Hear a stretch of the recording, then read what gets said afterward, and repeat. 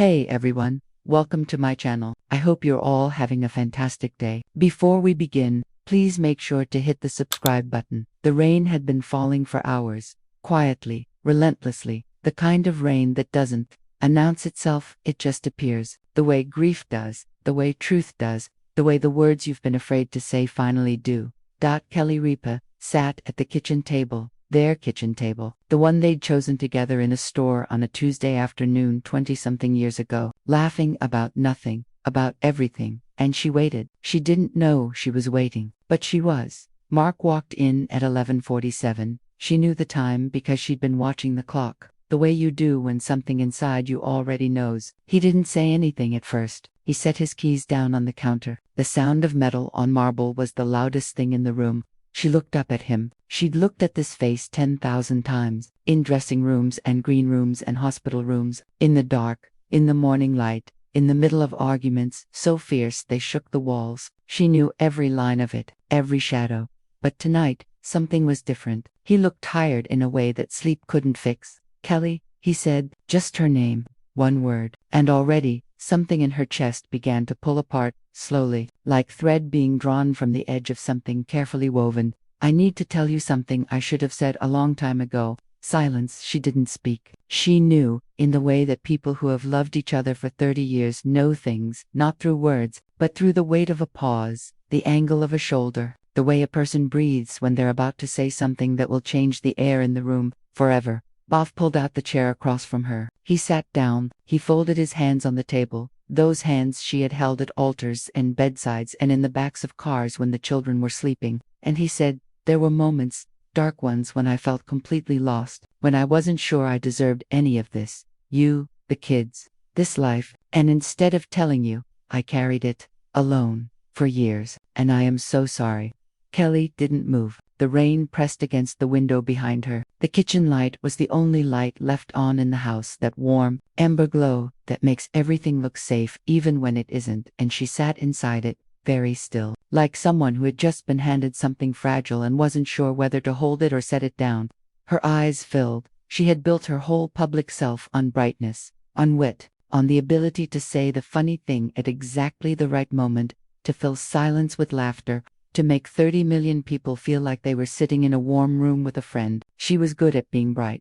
But in that kitchen, with the rain and the amber light, and the man she had chosen over and over again for 3 decades sitting across from her with his hands folded and his eyes finally open, she was not bright. She was just a woman, hearing her husband. For the first time, a tear moved down her face. Just one, at first. Slow. The way tears fall when they've been held back for a very long time, and the body finally gives up trying. "Why didn't you tell me?" she whispered. "I would have stayed in the dark with you." Mark's jaw tightened, not in anger, in the particular, silent anguish of a person who has just understood what they cost someone they love. "I know," he said. "That's why I didn't."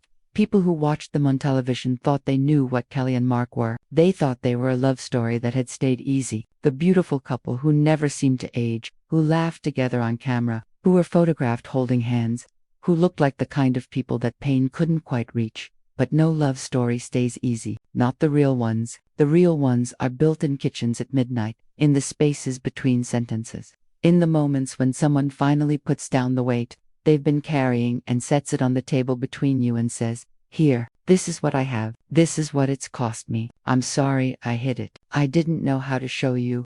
Kelly stood up. She walked around the table slowly, the way you move when you are trying to be careful with something. And she sat down next to him, not across from him, next to him, and she put her hand over his folded hands. And she didn't say anything for a long time.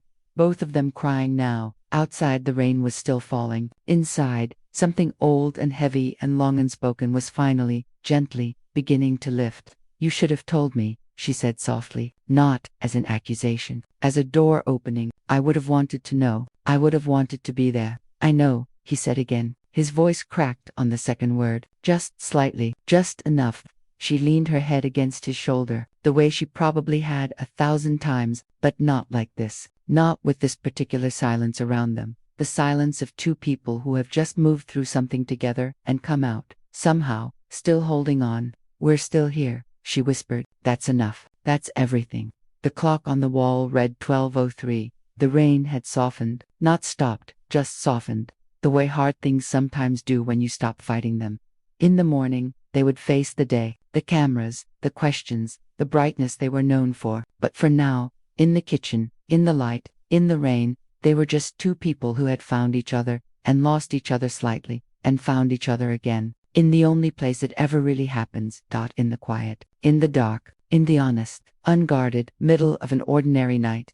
Some love stories don't end with grand gestures, that they end with a hand placed over another hand, and the courage to finally say, "I'm still here. I never left."